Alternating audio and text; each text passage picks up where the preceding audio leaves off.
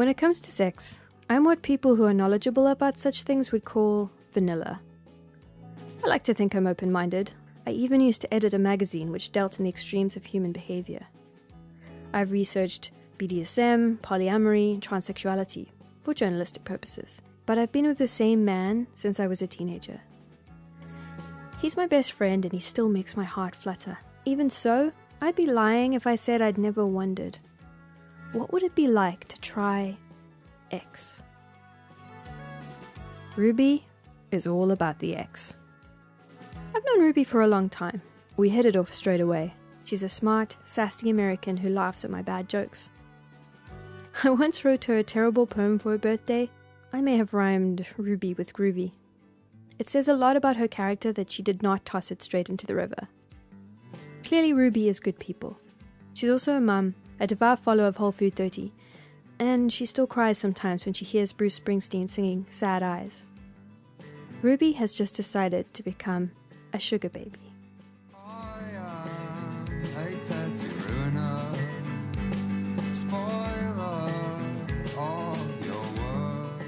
So Ruby, what exactly is a sugar baby?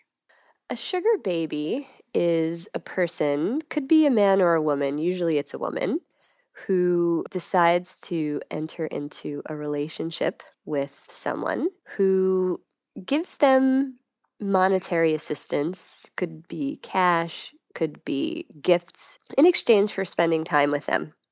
In a nutshell, I think that's what a sugar baby is. Somebody who's expecting some kind of monetary assistance in exchange for spending time with the sugar daddy or sugar mama. That's Ruby. Over the next few weeks, we're going to chart her journey as a sugar baby. Will it be a sordid exploration of the seedy underbelly of a world populated by hollow-eyed cynics? Or is Ruby's journey more about sexual freedom in the highest sense of the word? Mostly, I want to make sure my friend is okay, and that she survives it all intact. We've known each other for how long now? I think it's over 10 years. Yeah, it's a long time, isn't it? It's been a while, yeah. You've always been providing me with very interesting sort of anecdotes and escapades and things like that that I can... I know, I'm the wild and crazy friend that everybody enjoys having in his or her life and then goes, I don't know if I have the energy for you tonight. No, I won't say that. I'll say I always have energy for you. Aw, thank and you. You always make it worthwhile. It's just that, yeah, you provide the sort of, I can voyeuristically live through you usually. But I have to say, this is one thing, and when you told me about being a sugar baby, that it was the one time I was like, wow, I don't know if I could imagine myself doing that. But it's a challenging thing to tell people. Obviously you're not telling people, you're keeping it a secret. Right. Yes, there are very, very few people in this world who know. That's true.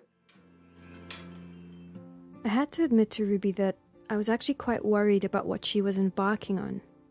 There are just so many ways that she could get hurt. I like to think that as long as you're not hurting anybody, whatever you want to do is fine. Yeah. And having worked on magazines which deal with subject matter that's quite sort of extreme and dealing with taboo, risque, alternative lifestyles and things like that. I'm not like a complete stranger to different forms of sexuality, but this is quite extreme, would you say? It's funny that you say that because to me, it doesn't feel that way at all. Not even a little bit.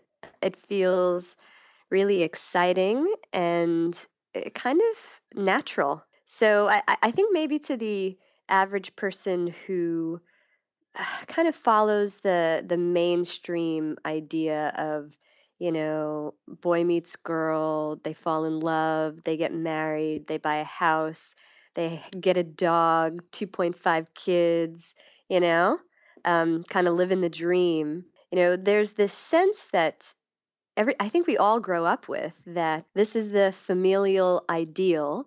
And if you find the right partner, they are going to just fulfill you. And for the most part, you're going to be happy and don't veer off the path. And something that I feel so fortunate and very happy about is the fact that my partner and I I don't know, we don't feel constrained by that. We decide to make our own rules about what works for us and what excites us and what makes us happy. And I think as long as we both continually feel as if we are the most significant person and the center of each other's lives, then it's fine. Then it's like go out and have an adventure, do something that's a little wild and crazy. But I mean, I don't know, that's just me. Like, I can't, it feels natural to me because I always want to try something new, be a little daring, buck the system a bit. The fact that what I'm dipping my toe into is quite taboo makes it hotter. That's, I think, the part that a lot of people would struggle to wrap their heads around, that Yeah. your partner is totally okay with this, and that he even finds a form of, he gets turned on by that as well. Well, I mean, listen, I would say number one, that you shouldn't judge other people. I certainly try not to do that. As you said, as long as you're not hurting anybody, like, what's the problem? And number two, I would explain maybe a little bit how we function. I don't want to go into too much detail because I'm certainly more of a voyeur than my partner is, and I do want to try and respect his boundaries. But the way we function is kind of on two different levels when it comes to this aspect of our lives. The first one, and I think that the strongest element of it, is something called compersion. And a lot of people don't know that word. It's currently my favorite word. I think it's awesome. And basically, compersion is that sense of joy you feel when your partner is fulfilled, particularly in a sexual sense.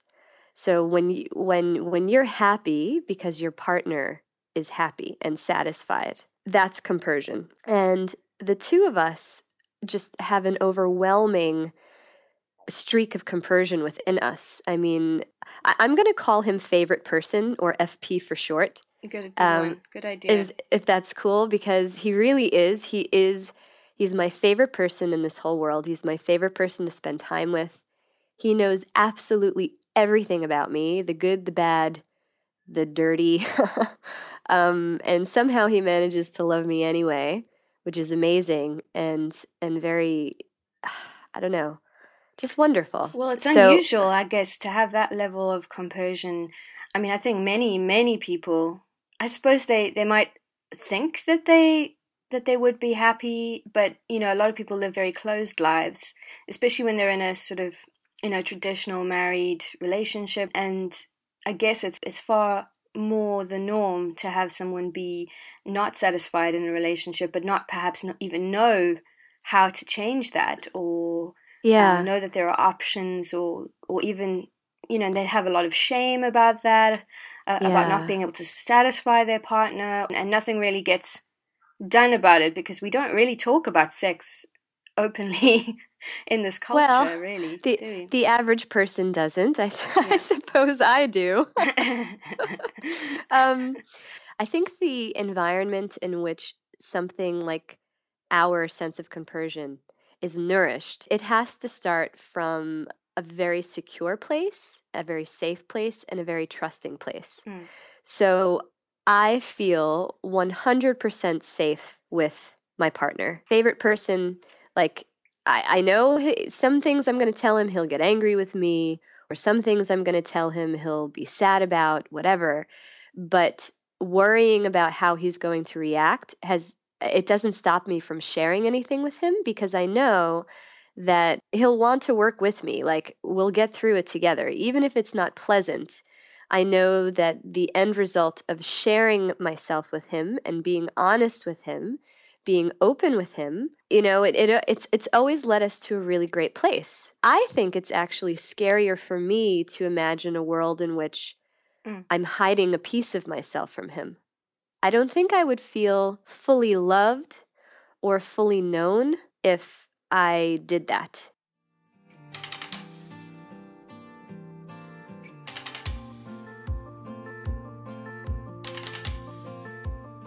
I think a lot of people would make a prejudgment you know, about how your relationship works, about your past. A lot of people might be like, something's clearly happened to you, you know, something went wrong along the way. Well, lots of things have happened to me. I mean, I'm in my 30s. I've lived a life, good things, bad things. The sense that people would hear about my story and be very judgmental in a harsh way and think, oh, well, there's something wrong with her. I'm sure lots of people are going to do that. Yeah. And that upsets me, not because I can't take it, like, it's fine. And honestly, I'm the kind of person who's never really cared that much what other people think. I mean, my loved ones, of course I do. Yeah. But, you know, the average person that I don't know, I really don't give a shit. Haters gonna hate. Yeah, hate is gonna hate, exactly. But I think the reason the reason that this touches a nerve is because I feel like people who say things like that, they're actually talking about themselves. Yeah. If someone hears my story and has that kind of reaction to it, even a visceral reaction to it, you know, that's an indication that they need to look at themselves and figure out what's going on in their own life rather than worrying about someone else's life. So it kind of like circles back to what we said earlier about, you know, if you're not hurting anyone else, then what's the problem?